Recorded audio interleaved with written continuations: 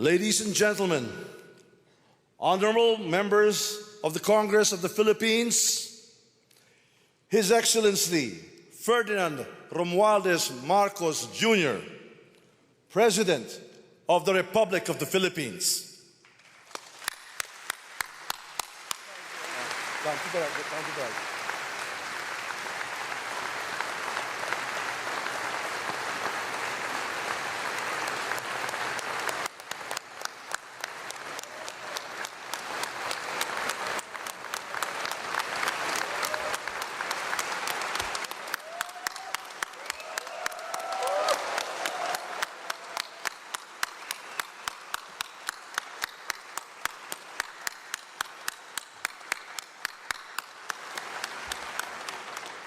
Vice President Sara Zimmerman Duterte, former Presidents Joseph Ejercito Estrada, Gloria Macapagal Arroyo, and Rodrigo Roa Duterte, Senate President Juan Miguel Zubiri, and the honorable members of the Senate, House Speaker Ferdinand Martin Romualdez, and the honorable members of the House of Representatives, Chief Justice Alexander Gesmundo, and the Honorable Justices of the Supreme Court, the Apostolic Nuncio, Most Reverend Charles John Brown, and the esteemed members of the Diplomatic Corps,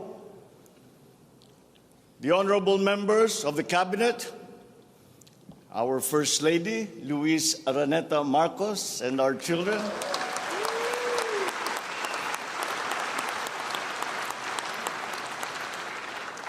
distinguished guests, ang mga minamahal kong mga kababayan, ladies and gentlemen, magandang hapon po sa inyong lahat.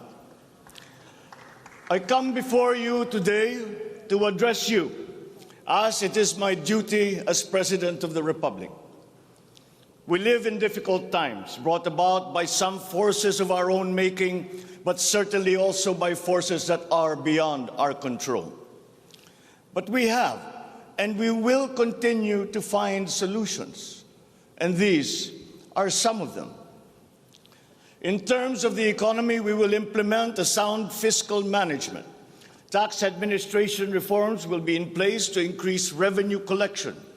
Expenditure priorities will be realigned and spending efficiency will be improved to immediately address the economic scarring arising from the effects of COVID-19 and also to prepare for future shocks. Productivity-enhancing investments will be promoted. Our country must become an investment destination, capitalizing on the corporate recovery and tax incentives for enterprises with the CREATE law and the economic liberalization laws such as the Public Service Act and the Foreign Investments Act. Ecozones will be fully supported to bring in strategic industries such as those engaged in high-tech manufacturing, health and medical care, and all emerging technologies. This is also seen to facilitate economic growth outside of Metro Manila. Our tax system will be adjusted in order to catch up with the rapid developments of the digital economy, including the imposition of value-added tax on digital service providers. The initial revenue impact will be around 11.7 billion pesos in 2023 alone. Tax compliance procedures will be simplified to promote ease of paying taxes. We will pursue measures to determine possible undervaluation and/or trade misinvoicing of imported goods. Through information and communications technology, the Bureau of Customs will promote streamlined processes. Disbursements for 2022 to 2023 will be maintained at above 20% of gross domestic product, or 4.955 trillion pesos and 5.086 trillion pesos respectively, to ensure continuous implementation of priority programs.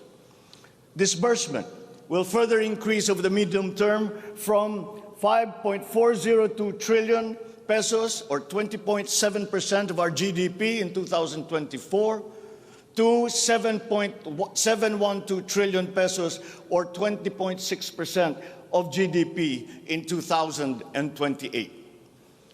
The medium-term fiscal strategy of this administration seeks to attain short-term macro-fiscal stability while remaining supportive of the country's economic recovery and to promote medium-term fiscal sustainability. Furthermore, and more importantly, fiscal policy aims to bring together the national government's resources so that these are mobilized and utilized in order to gain the maximum benefit and the high multiplier effects for our economy. Measurable medium-term macroeconomic and fiscal objectives include the following headline numbers. These are based on forecasts that are consistent with the guiding principles of coherence of strategies, policy discipline, and fiscal sustainability. 6.5 to 7.5% real gross domestic product growth in 2022. 6.5 to 8% real GDP growth annually between 2023 and 2028. 9% or single-digit poverty rate by 2028. 3% national government deficit to GDP ratio by 2028. Less than 60% national government debt to GDP ratio by 2025.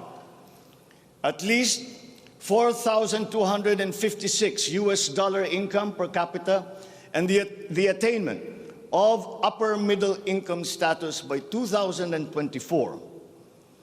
The aforementioned headline goals summarize the objectives of this medium-term fiscal strategy being submitted to Congress for its adoption and concurrence to the concurrent resolution by the Senate and House of Representatives. Once adopted, the MTFF will become an anchor for the annual spending and financing plan of the national government and Congress when preparing the annual budget and undertaking related appropriation activities. It is therefore a forward-looking document that extends beyond the traditional 3-year horizon to reach 6 years, coinciding with the 6-year coverage of the Philippine Development Plan 2023 to 2028.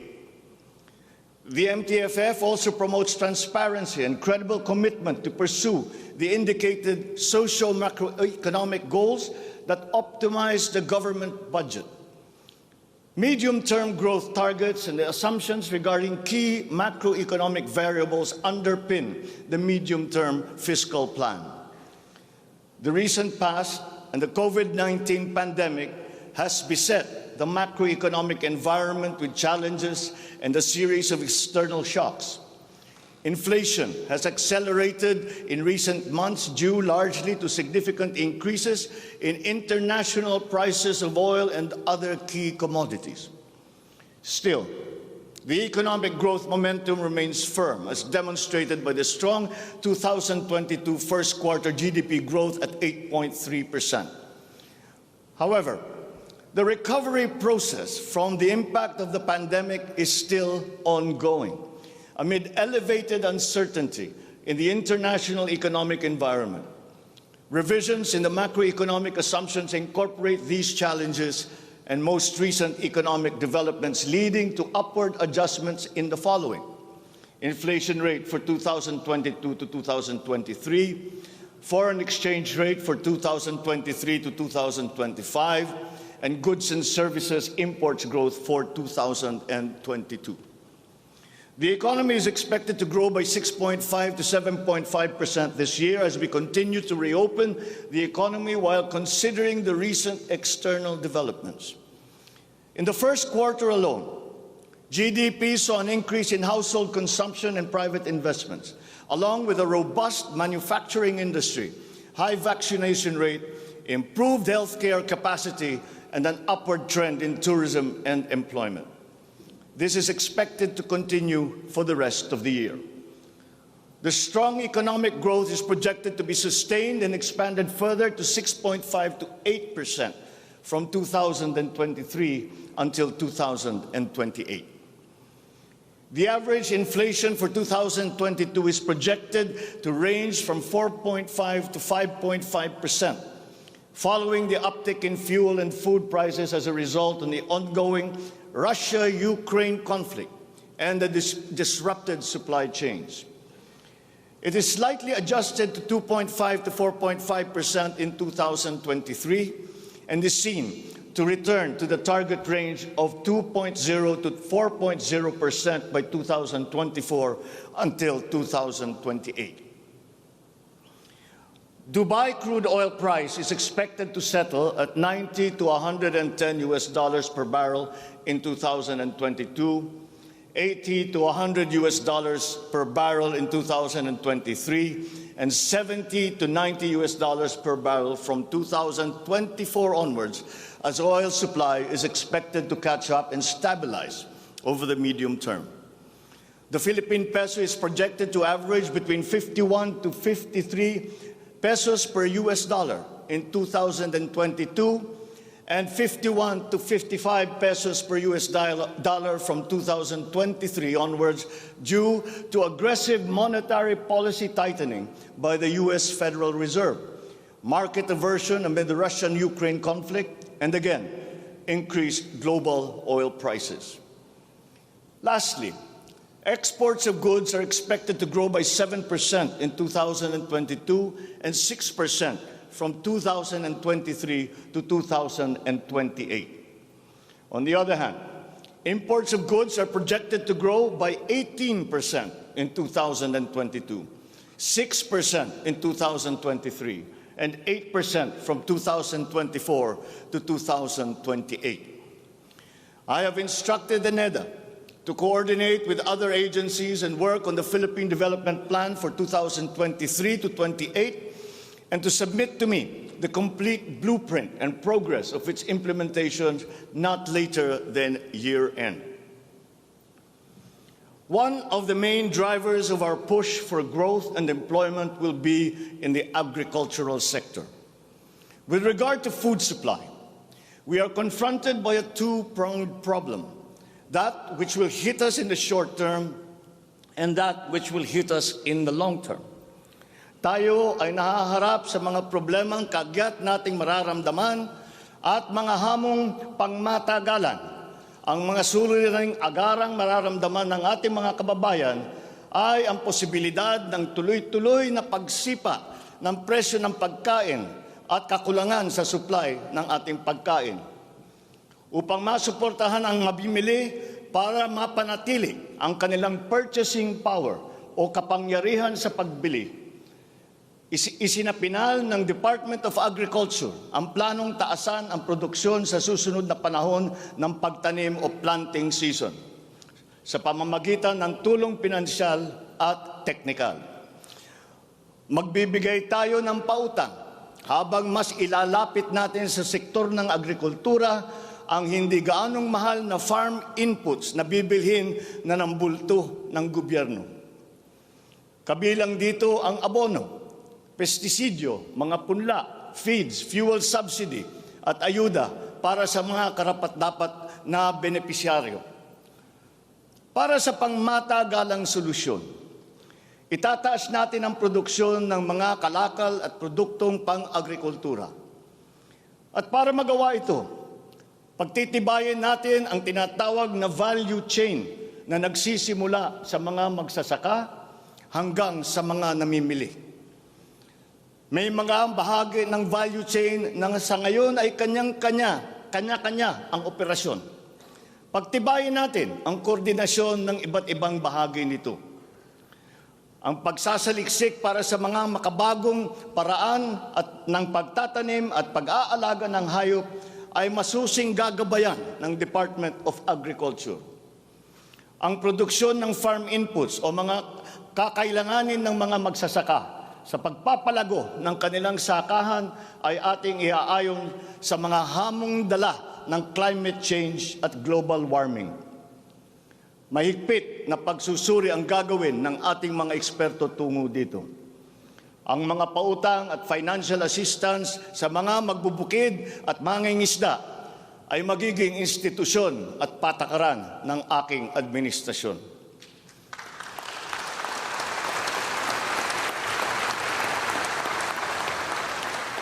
Ipapaprioridad natin ang modernisasyon ng mga sakahan sa pamamagitan ng mga makabagong teknolohiya para sa ating mga magsasaka.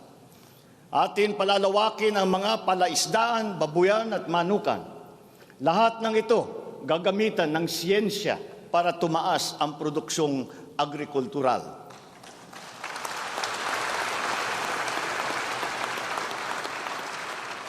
Maging ang post-production at processing ay susuportahan ng pamahalaan. Gagawa tayo ng network, national network ng farm-to-market road upang mas mabilis na mailakbay ng mga magsasaka ang kanilang mga produkto sa mga pamilihan. At gagawa tayo ng mga paraan upang maramdaman ng mga mamimili ang pagluluwag ng presyo ng mga produktong pagkain sa kayang halaga, gaya ng muling pagbubuhay ng mga Kadiwa Center. Hindi ito magagawa sa isang araw. Hindi magagawa sa isang buwan o isang taon lamang. Ngunit, kailangan na natin simulaan ngayon.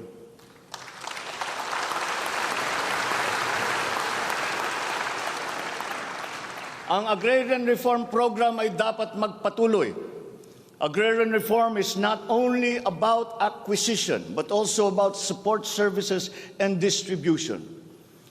To assist this, I intend to issue an executive order to impose a one-year moratorium on the payment of land amortization and interest payments.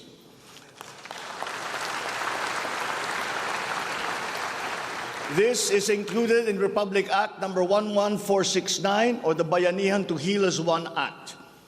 A moratorium will give the farmers the ability to channel the resources in developing their farms, maximizing their capacity to produce and propel the growth of our economy.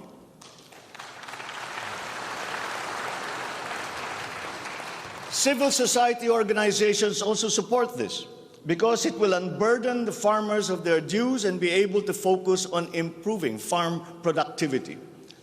Congress must also pass a law that will emancipate the agrarian reform beneficiaries from the agrarian reform debt burden, thereby amending Section 26 of Republic Act 6657. In this law, the loans of agrarian reform beneficiaries with unpaid amortization and interest shall be condoned.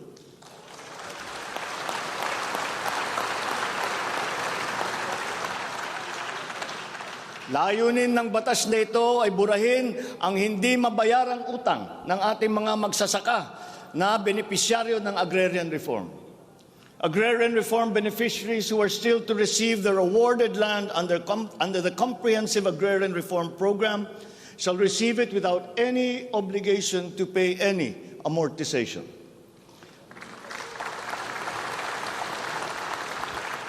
The condonation of the existing agrarian reform loan will cover the amount of 58.125 billion pesos, benefiting 654,000 agrarian reform beneficiaries and involving a total of 1.18 million hectares of awarded lands.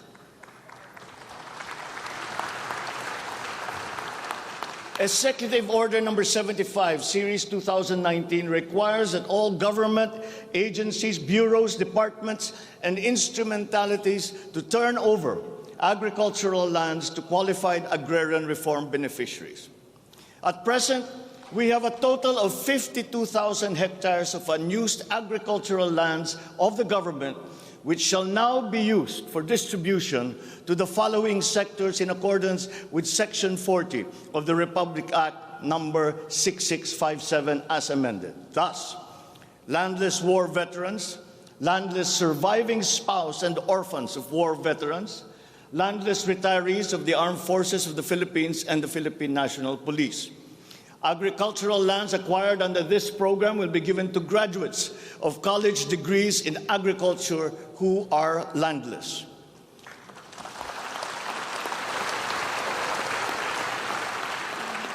The call of the times is for the infusion of fresh and new blood in the agricultural sector. We need a new breed of farmers equipped with modern agricultural technology able to engage in sustained scientific farming that will not only increase farm yields, but also resilience in the face of climate change.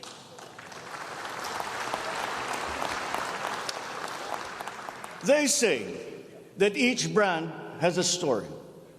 As for the Filipino brand, ours is deeply rooted in our rich cultural heritage, and the tourism sector plays an invaluable role in the promotion of the Filipino brand.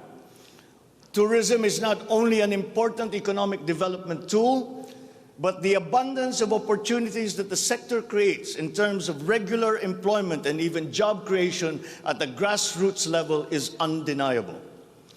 To boost our tourism industry, we will first and foremost make basic developments, such as road improvements for easier access to tourism spots. We will also upgrade our airports and create more international airports to help decongest the bottleneck in the Manila airport. We will also make it more convenient for travelers to go around the country, even to remote areas, to help promote undiscovered tourist spots. This program will be led by the Department of Tourism together with the Department of Public Works and Highways.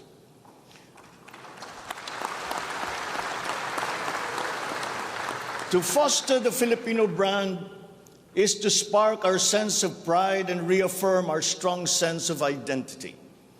It is time to welcome the rest of the world with an enhanced Filipino brand that is unique, attractive, and creative. The creativity of the Filipino is truly world-class. We excel in arts and culture, new media, live events, avenues which generate primary and downstream jobs for our creative and talented countrymen. Unfortunately, ang mga hanap buhay na ito ang unang pinadapa ng pandemya at ang pinakahuli namang makabalik sa normal. The creative industry likewise faces many challenges, including workplace conditions, working hours, intellectual property rights, and the welfare of our beloved freelancers who were left vulnerable during the height of the pandemic. We require an institutionalized creative industry that will advance the interest of its stakeholders. Sila na nagbibigay ng kaluluwa at pagkakilala sa ating pagka-Pilipino. Protektahan natin sila.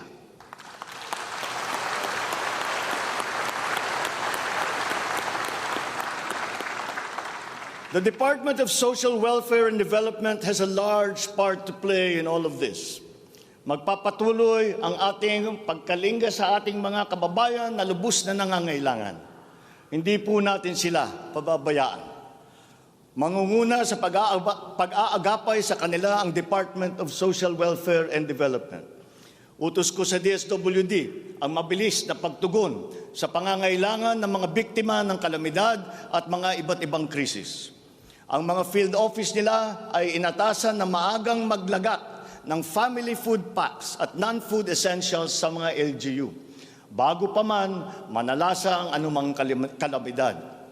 Magdadagdag tayo ng mga operation center, warehouse at imbakan ng relief goods, lalo na sa mga malalayong lugar na mahirap marating.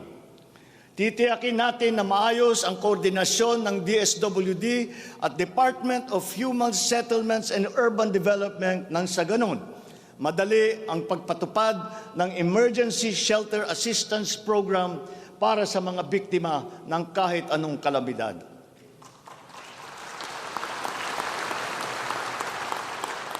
Pagtitibayin pa natin ang komprehensibong programang Assistance to Individuals in Crisis Situations o ang ating tinatawag na AICS para maiparating ang tulong sa mas maraming biktima.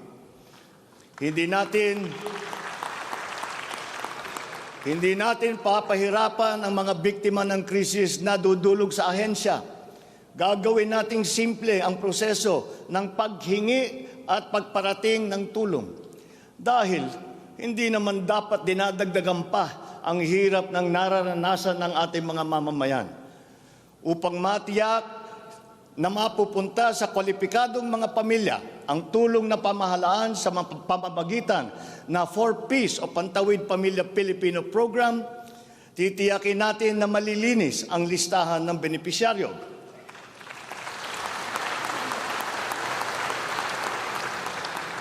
Higit na sa 1 milyong pangalan na ang nakapag-graduate na sa listahan. At nagagalak akong mabatid na sila ay nakakatayo na sa kanilang sariling paa. Kaugnay nito ay inutusan ko ang DSWD na pag-ibayuhin pa ang pagrepaso ng listahan upang maitutok ang pamimigay ng sapat na ayuda sa mga lubos na nangangailangang pamilya. Magpapatuloy ang supplemental feeding program para sa mga bata sa child development centers at supervised neighborhood play at lalo pa nating palalawakin sa taong 2023. Hindi rin natin nakakalimutan ang mga solo parents at mga nanay na nahiwalay sa kanilang mga mister dahil sa karahasan. Pagtitibayin natin ang programa sa violence against women and their children.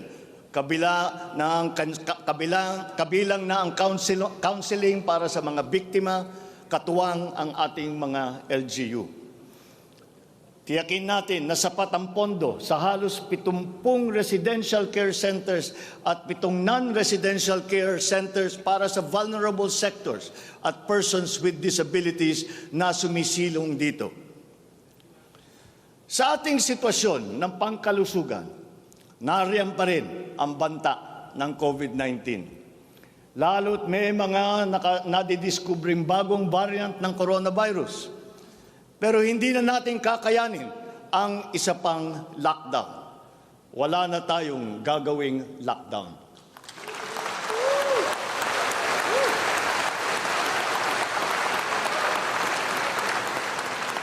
Dapat natin balansehin ng maayos ang kalusugan at kapakanan ng ating mga mamamayan sa isang banda at ang ekonomiya naman sa kabilang banda.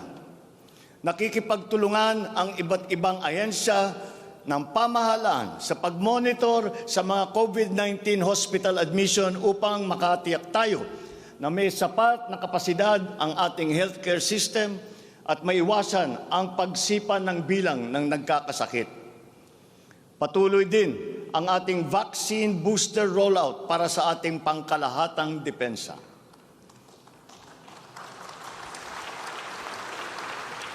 Sa ganitong paraan, kahit pa tumaas muli ang bilang ng mga COVID cases, mananatiling mababa ang bilang ng mga maospital at bilang ng mga namamatay. Sa pamamagitan nito, unti-unti rin tayong masasanay na nariyan ang virus pero hindi na seryoso ang banta sa ating buhay. Iaayon natin ang ating mga health protocols sa kung ano ang ating pangangailangan sa paglipas ng panahon at lalo pang iibayuhin ang kooperasyon kasama ang pribadong sektor upang tumaas pa ang kumpiyansa ng mga mamumunuhan nang sa gayon ay bumalik na tayo sa full capacity, lalo-lalo na ang ating mga negosyo.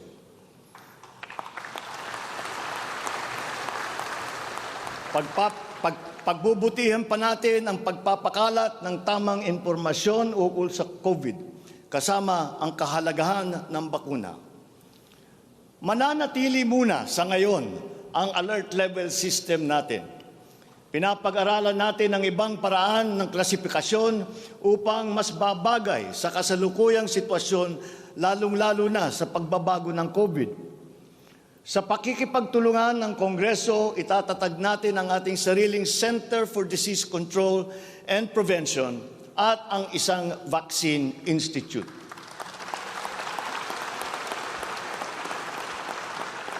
Magtatayo tayo ng dagdag na mga health center at ospital.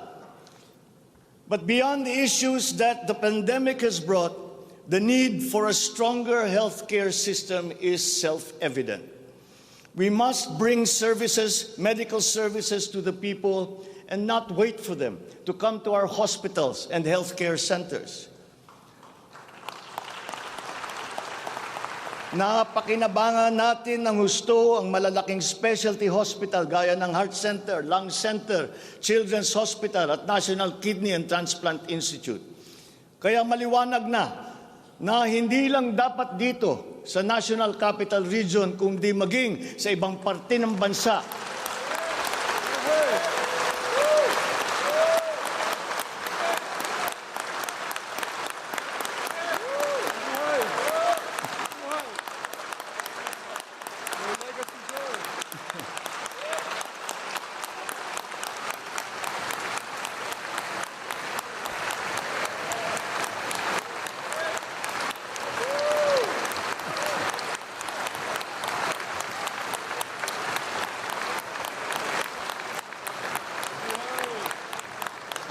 maliwanag na hindi lamang dapat dito lamang sa National Capital Region kundi maging sa ibang parte ng bansa, kailangan magdagdag ng ganitong uri ng mga pagamutan. Bukod dito, upang mailapit natin ang healthcare system sa taong bayan, nang hindi sila kailangang pumunta sa sentro ng kanilang bayan, lalawigan o region, ay maglalagay tayo ng mga clinic, mga RHU, na pupuntahan ng mga doktor, nurse, midwife, medtech, 1 beses, 2 beses sa 1 linggo. Nang sa ganun, magiging mas madali sa may karamdaman na magpapagamot nang hindi na kailangan magbiyahe ng malayo.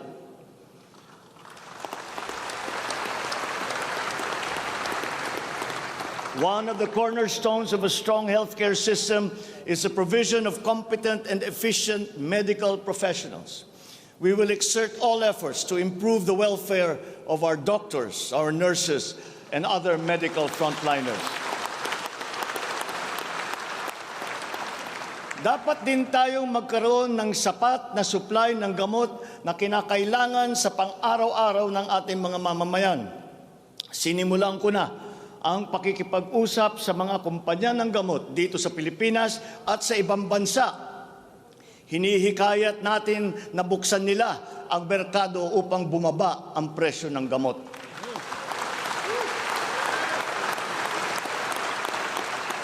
Halimbawa, kung mas marami ang mas murang generic o hindi branded na gamot sa merkado, mas bababa rin ang presyo dahil sa kompetisyon. Ang Department of Trade and Industry ay nakikipag-usap sa mga interesadong manufacturer ng generic drugs na papasok sa ating bansa. Inuutusan ko naman ang Philippine Competition Commission na pantay-pantay dapat at walang kartel sa hanay ng mga pharmaceutical companies.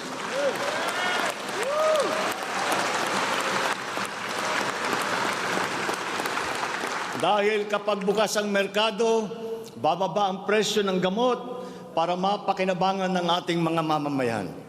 This is one of the hard lessons that we learned when the pandemic struck, and therefore we must act on that shortcoming.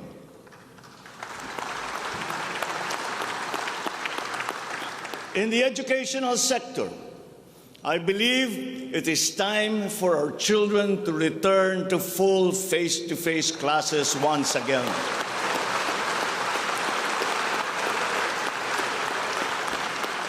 The Department of Education, led by our highly able Vice President Sara Duterte, is now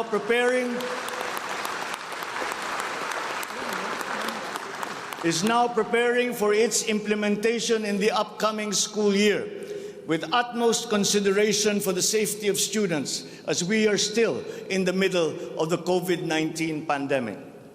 We must ensure that our classrooms are safe for teachers, for students, and the entire academic community when they return to face-to-face classes.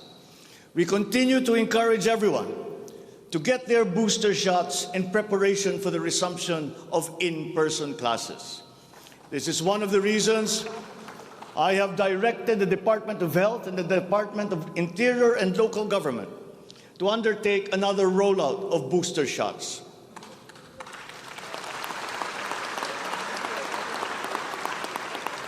The condition and availability of schoolrooms for our students must also be addressed again in coordination with the Department of Public Works and Highways.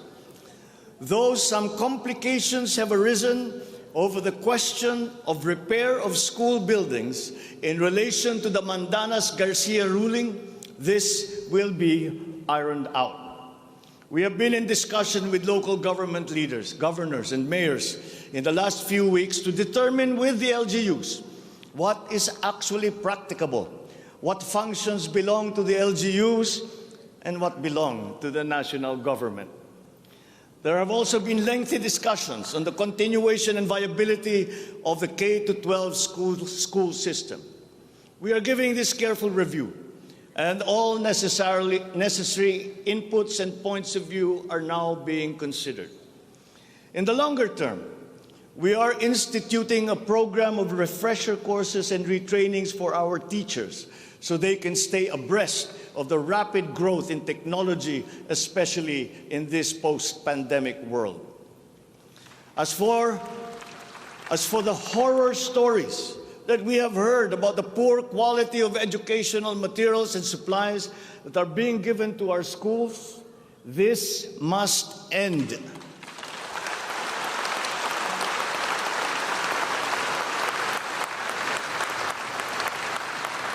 Our children must always be equipped with the best that we can provide. Ang edukasyon ay ang tangi nating pamana sa ating mga anak na hindi mawawaldas. Kaya anumang gastusin sa kanilang pag-aaral ay hindi tayo nagtitipid. Hindi rin tayo nagtatapon.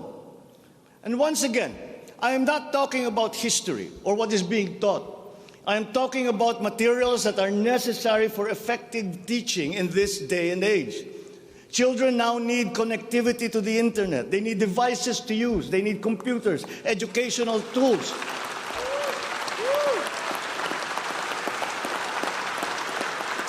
So that they might participate fully in the digital community here and abroad. We must do better in the international rankings, especially when it comes to the so-called STEM subjects: science, technology, engineering, and mathematics. These skills, this knowledge, are necessary for our young people to be able to compete in a highly technological and competitive world. The raw talent is there in our young people. It is up to our educational system to develop and to refine that great pool of talent.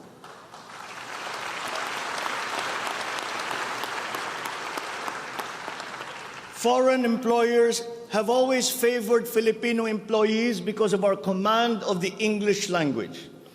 This is an advantage that we must continue to enjoy. The internet has now become the global marketplace, not only for goods, services, but also for ideas, even extending to our own personal interactions. And the language of the internet, for better or for worse, is English. Therefore, the question of our medium of instruction must be continuously re-examined to maintain that advantage that we have established as an English-speaking people.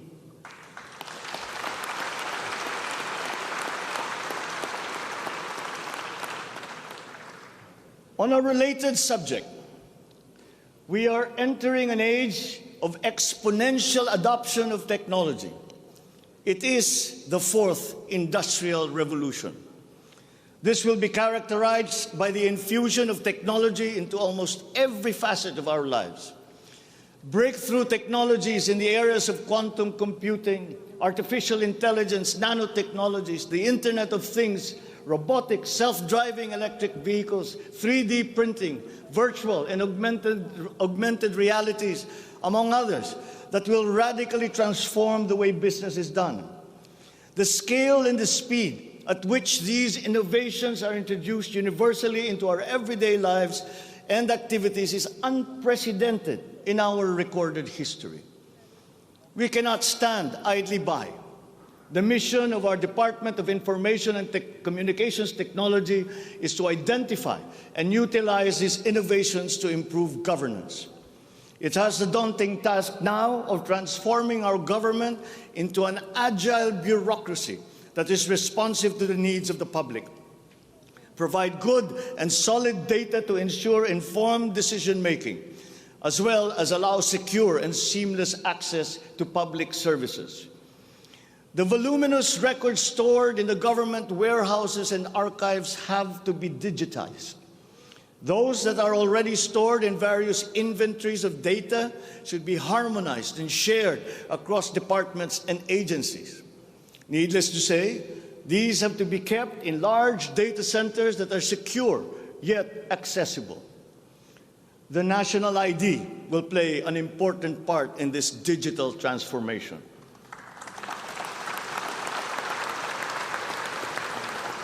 For citizens to be able to seamlessly transact with government, their identity must be easily verifiable. We expect to issue 30 million physical IDs and 20 million digital IDs by the end of this year. The target is to accomplish the issuance of about 92 million IDs by the middle of next year. As the world moves into rapid digitalization, the digital divide will become more pronounced. The depth and breadth at which these technologies will be transformative in our lives is fully expected. This will open new opportunities for the creation of wealth, but will also likely create inequalities. Hence, universal connectivity will be a vital component in order to ensure that no citizen is left behind.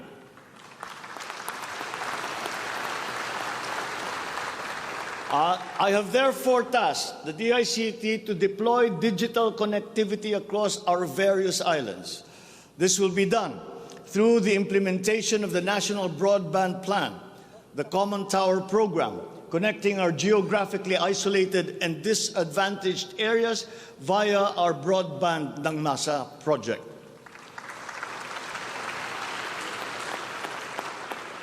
All relevant modes of digital transport should be utilized. These may be through a combination of terrestrial or submarine fiber optics, wireless, and even satellite technology.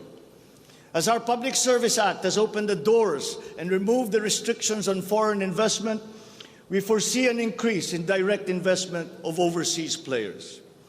This will translate into better quality, availability, and affordability of telecommunication services all over the country. We come now to infrastructure. The backbone of an economy is its infrastructure.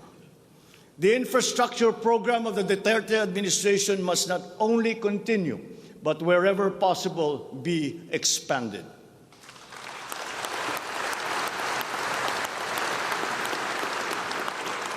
We shall confidently build on this firm foundation established by my predecessor, as it is in building an edifice.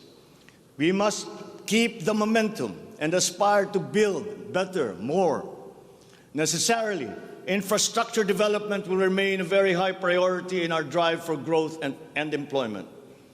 Once again, I will not suspend any of the ongoing projects, as those have already been shown to be of benefit to the public that they serve.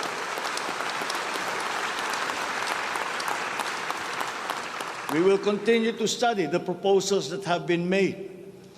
Infrastructure development spending will be sustained at 5 to 6% of GDP. The planned expansion of infrastructure projects, I believe, would be possible if we continue to encourage the participation of the private sector in the development of our programs. Public-private partnerships, or PPPs, hold great potential for that expansion, for infrastructure development, and for innovation. Our infrastructure development is of primary importance, as it is a necessary element to improve many other sectors, to include agriculture, tourism, general economic activity, and even to governance. It is my belief also that we have missed some great opportunities to develop our rail transport system. It is clear in my mind that railways offer great potential, as it continues to be the cheapest way of transporting goods and passengers. We can build upon already existing lines by modernizing these old railway systems. There are dozens of railway projects on the ground, above the ground, below ground, not just in Manila, but in other regions, at various stages of implementation and with a combined cost of 1.9 trillion pesos. This administration is committed to finish building the current portfolio of investments, approve railway projects such as the North-South Commuter Railway System, the 33-kilometer Metro Manila Subway Project, the 147-kilometer North-South Commuter Railway System, the 12-kilometer LRT-1 Cavite Extension, the 23-kilometer MRT-7, and the common station that will connect LRT-1, MRT-3, and MRT-7. And beyond NCR, larger-scale railway systems like the 102-kilometer Mindanao Railway Project,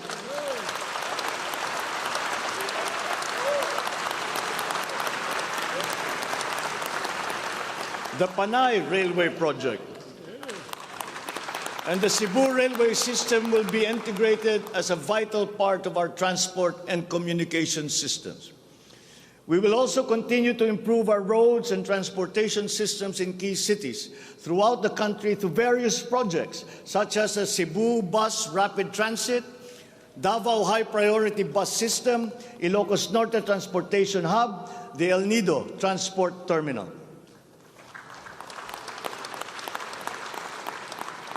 My order to the Department of Transportation, or DOTR, is really very simple. Full speed ahead.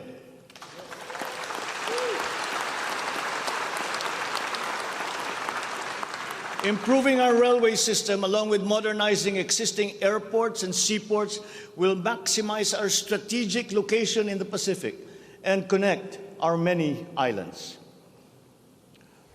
A key sector in our transformation plans is that of energy. Another fundamental requirement for growth and increased employment will be the availability of cheap, reliable energy. This even comes under the category of ease of doing business. If we are to attract investors, both local and foreign, to set up shop here in the Philippines. At present, our demand for energy far exceeds our reliable supply. We must increase the level of energy production. We must look at every possible option that would be appropriate for the Philippine situation. There is some room to expand our present power supply through existing power sources, but this is only to a very limited extent. We must build new power plants.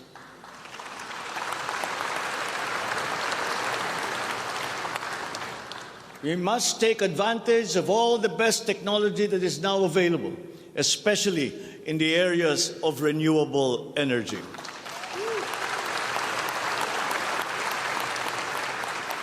Our search for new power sources should always be with an eye to improving the mix of the energy supply between traditional and renewable sources.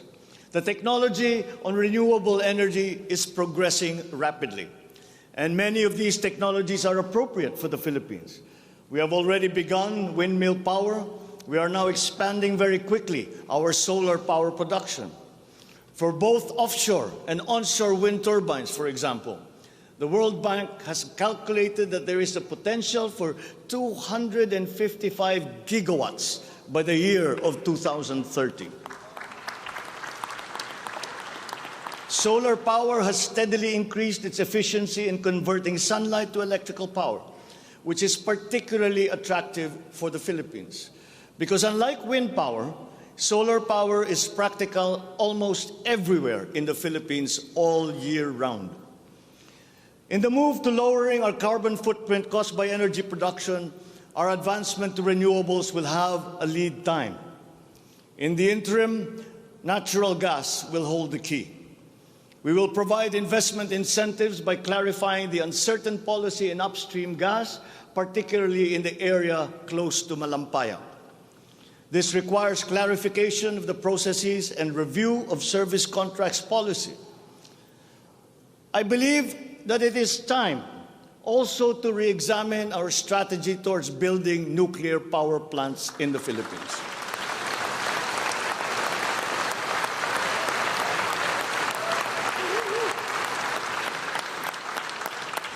We will comply, of course, with the International Atomic Energy Agency regulations for nuclear power plants as they have been strengthened after Fukushima.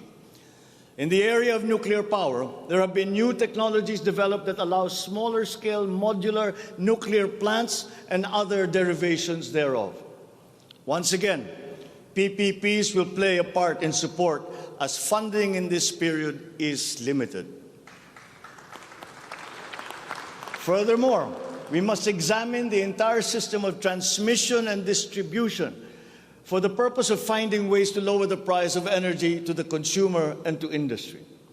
We must expand the network of our transmission lines while examining schemes to improve the operation of our electrical cooperatives. All this in aid of reducing energy costs, especially but not limited to households. All this impetus for development and growth we undertake within the context of accelerating climate change and extreme weather conditions. Though we are a minor contributor to climate change globally, we have the unfortunate distinction of being one of the most vulnerable countries to the effects of climate change. For the welfare of our people, it is incumbent upon us to alleviate the effects of that vulnerability. The use of renewable energy is at the top of our climate agenda. We will increase our use of renewable energy sources such as hydropower, geothermal power, solar, and wind. Geographically, we are a disaster-prone country.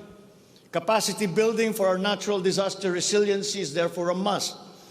Investment in science and technology is imperative to enable us to have accurate weather forecasts and on-time disaster alerts. Studies show that already now many areas in the Philippines are at high risk from the rise in sea levels brought about by the increase in global temperature.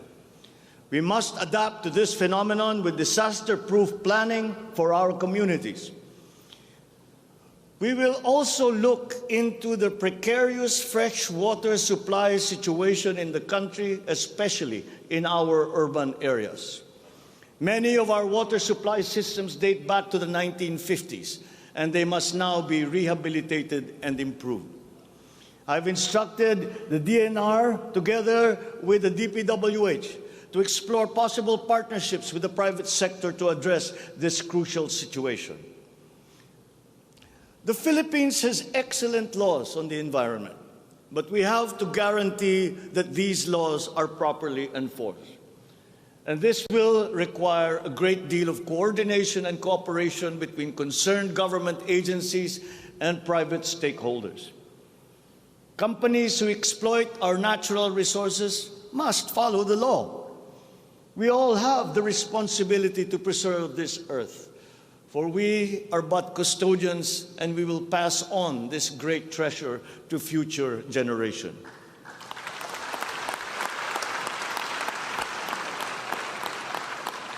There is no question that the preservation of the environment is the preservation of life.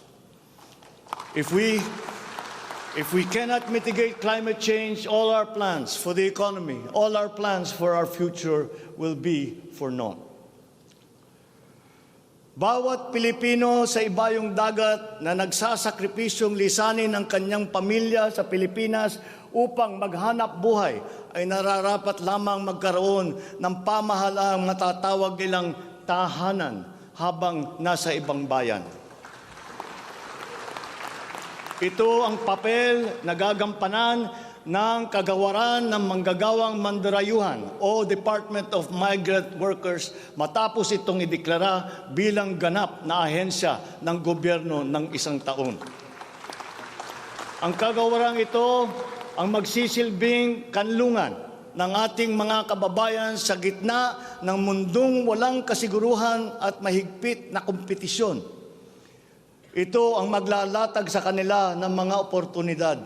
Titiyak na ang kanilang mga hanap buhay ay tugma sa kanilang mga kasanayan. Maninigurong akma ang sahod at maayos ang kalagayan sa kanilang mga kumpanya.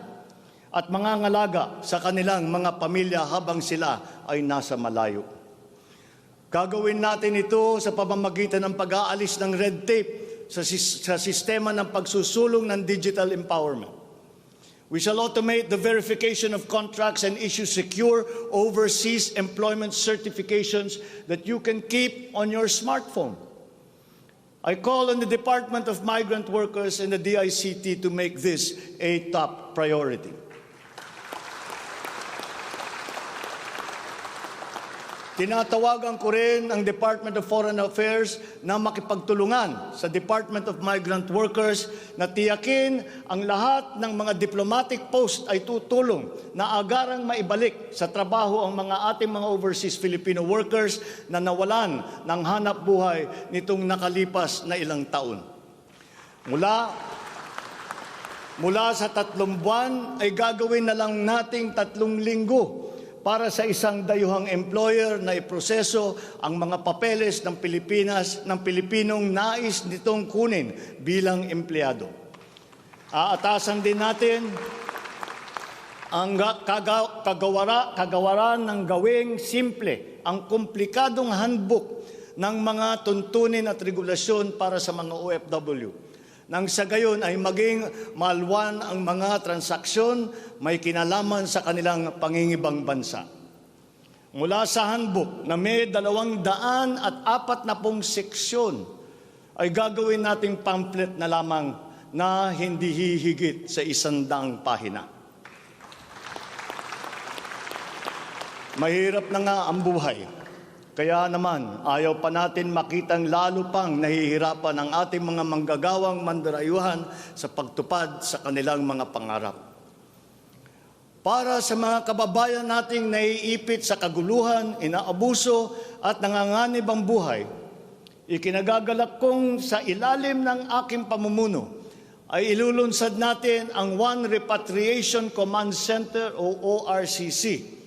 Ilalaan natin ang isang social media platform ng Department of Migrant Workers at ang hotline upang matulungan agad at maligtas sila mula sa mas higit na kapahamakan. Noon, nangungutang pa ang isang ina ng bawat OFW upang sumakay ng barko para pumunta sa Maynila at mangatok sa iba't ibang ahensya para mapauwi ang anak na inaapi. Ngayon, kami na ang tatawag sa mga magulang ng OFW para sabihin sa kanila ang petsa kung kailan nila mayayakap at makakapiling ang kanilang mga anak.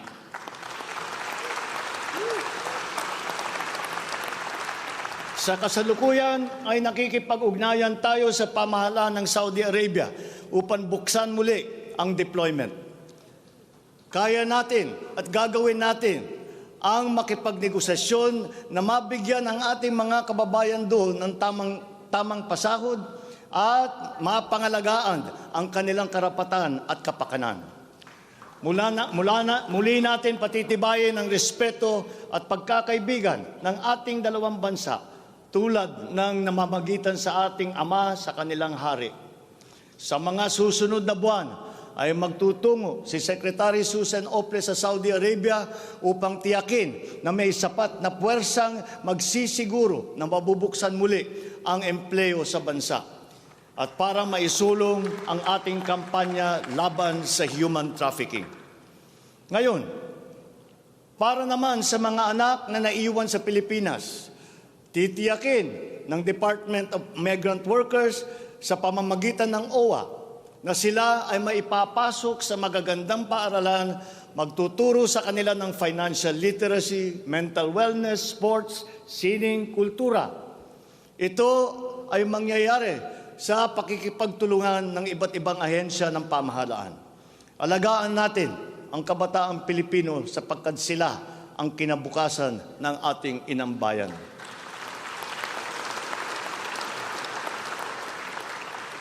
Sa ating mga kababayan na nasa ibang bansa, you deserve a home in government, not only for the money that you send home, but you are not cold tools of the economy.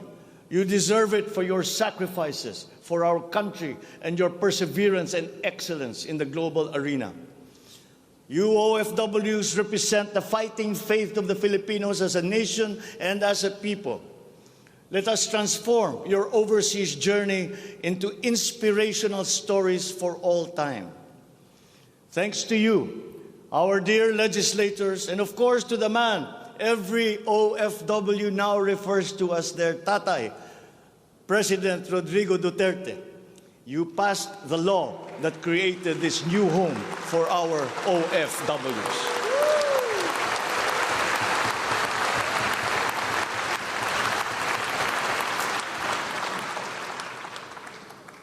On the area of foreign policy, I will not preside over any process that will abandon even 1 square inch of territory of the Republic of the Philippines to any foreign power.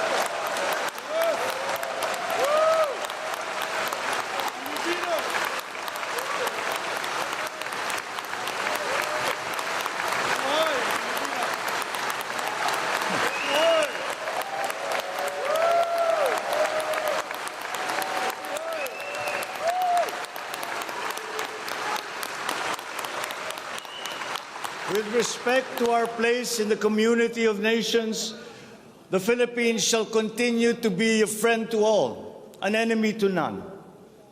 The Philippines has always been open and welcoming to all our foreign friends and visitors. That is our worldview. That is our culture.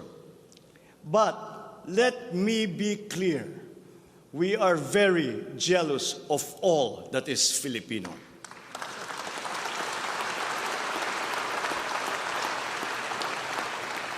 We will be a good neighbor, always looking for ways to collaborate and cooperate with the end goal of mutually beneficial outcomes. If we agree, we will cooperate and we will work together. And if we differ, let us talk some more until we develop a consensus. After all, that is the Filipino way. But we will not waver. We will stand firm in our independent foreign policy with the national interest as our primordial guide.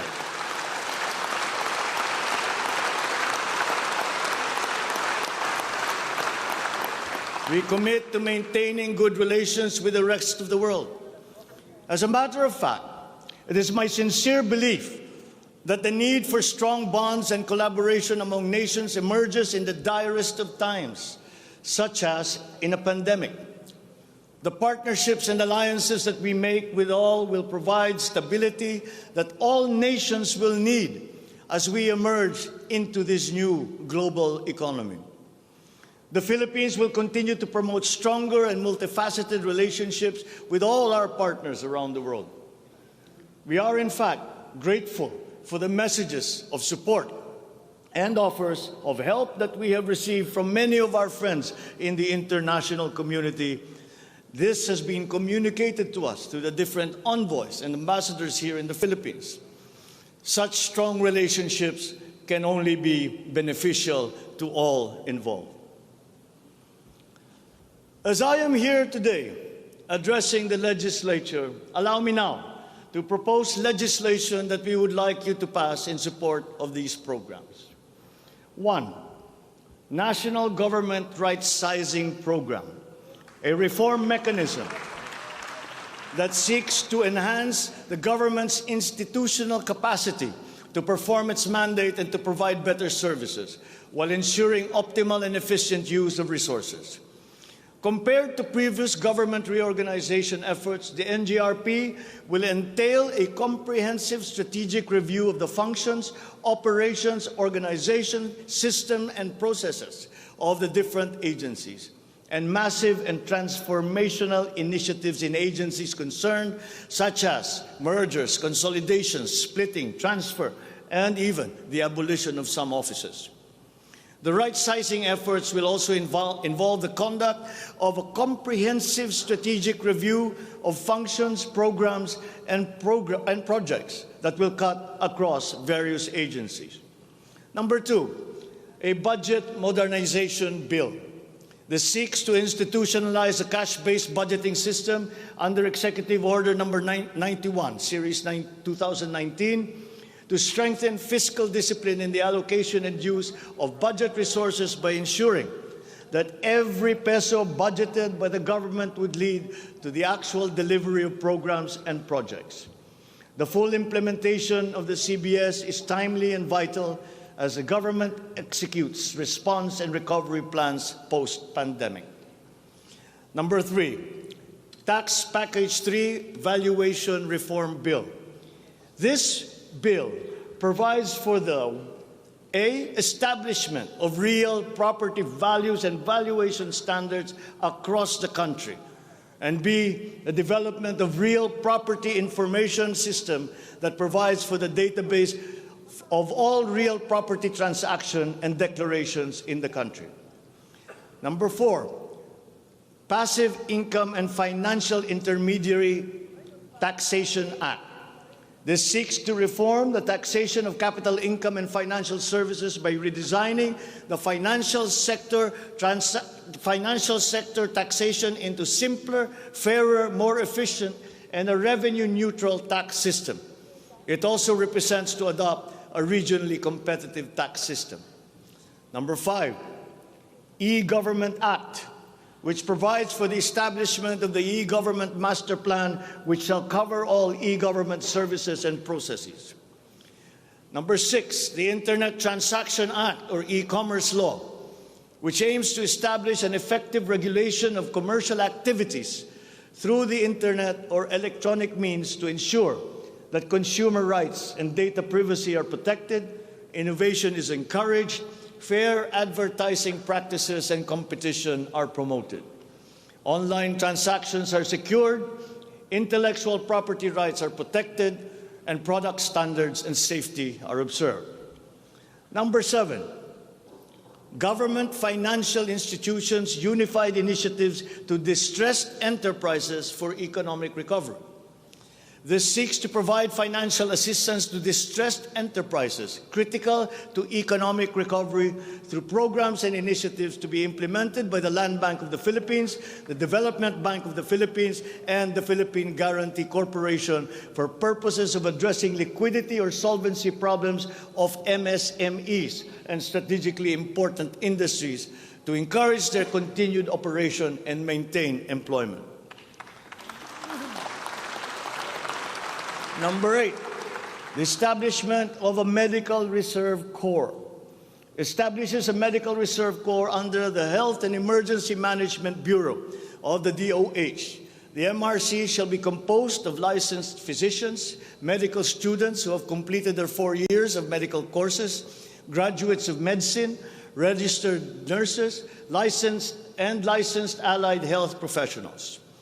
Number 9, National Disease Prevention Management Authority.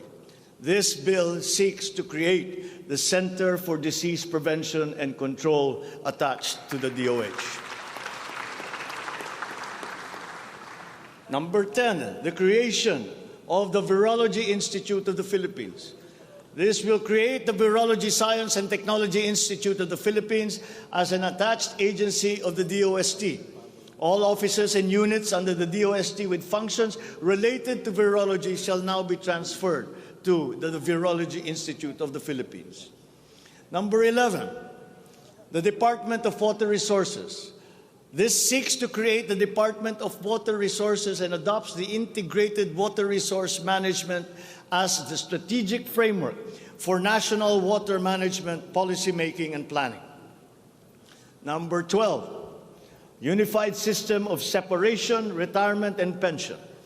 This grants a monthly disability pension in lieu of disability benefits provided under existing laws for military and uniformed personnel retired by reasons of disability. Number 13, the E-Governance Act. It promotes the use of internet, and other ICT to provide opportunities for citizens. Number 14, the National Land Use Act.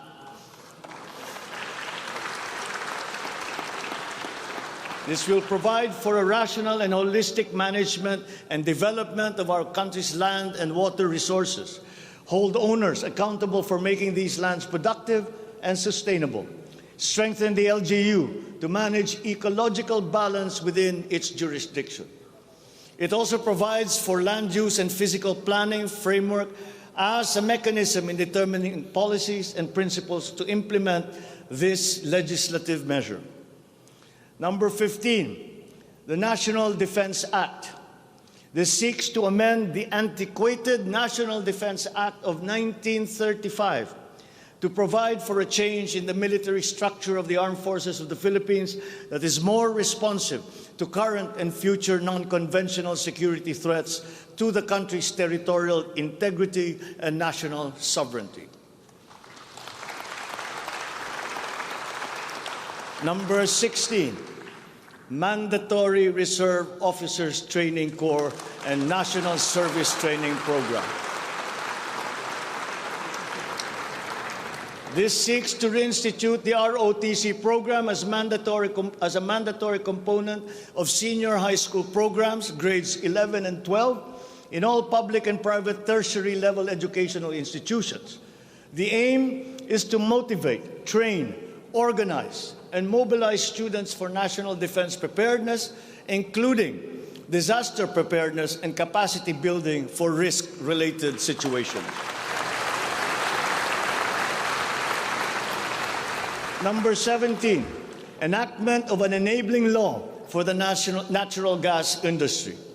This seeks to foster the development of the midstream natural gas industry in a bid to strengthen Philippine energy security by diversifying the country's primary sources of energy and promoting the role of natural gas as a complementary fuel to variable renewable energy. Number 18, amendments to the Electric Power Industry Reform Act, or EPIRA. This aims to improve the implementation of the law's provisions and enhance its effectiveness to address the high cost of electricity, alleged market collusion, and insufficient power supply. The bill seeks to restructure the Energy Regulation Commission to foster accountability and improve the Commission's government system that would ensure consumer protection and in enhancing competitive operation of the electricity market. Number 19, amendments to the Build, Operate, Transfer law. This seeks to improve the implementation of the public-private partnership program and to be able to direct the desired outputs and outcomes in line with the strategic development targets of the country. Specifically, the amendments seek to 1. Address the ambiguities in the existing law. 2. Address the bottlenecks and challenges affecting the implementation of the PPP program. And 3. Foster a more competitive and enabling environment for PPPs.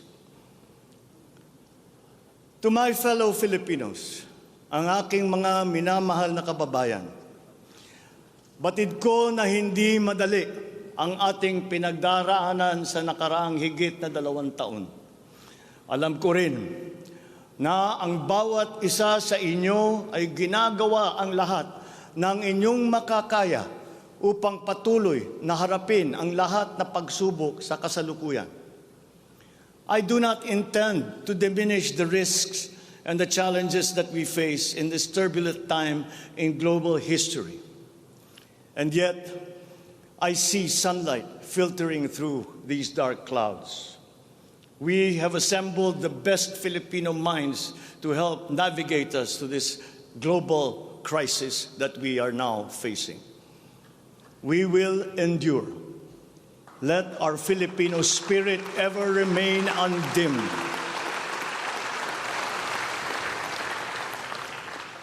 I know this in my mind. I know it in my heart. I know it in my very soul. The state of the nation is sound. Thank you and good afternoon. Marami pong salamat sa inyong lahat.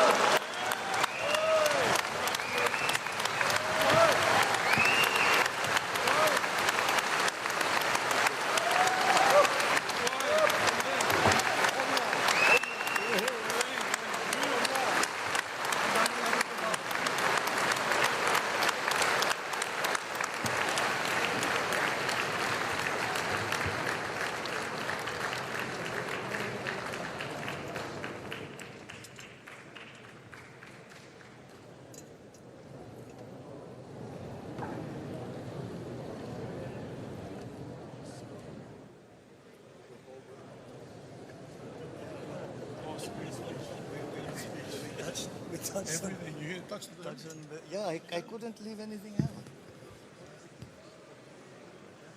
adjourn.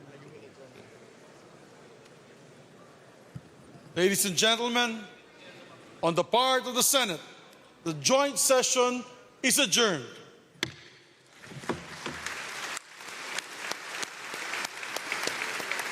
On the part of the House of Representatives, the joint session is adjourned.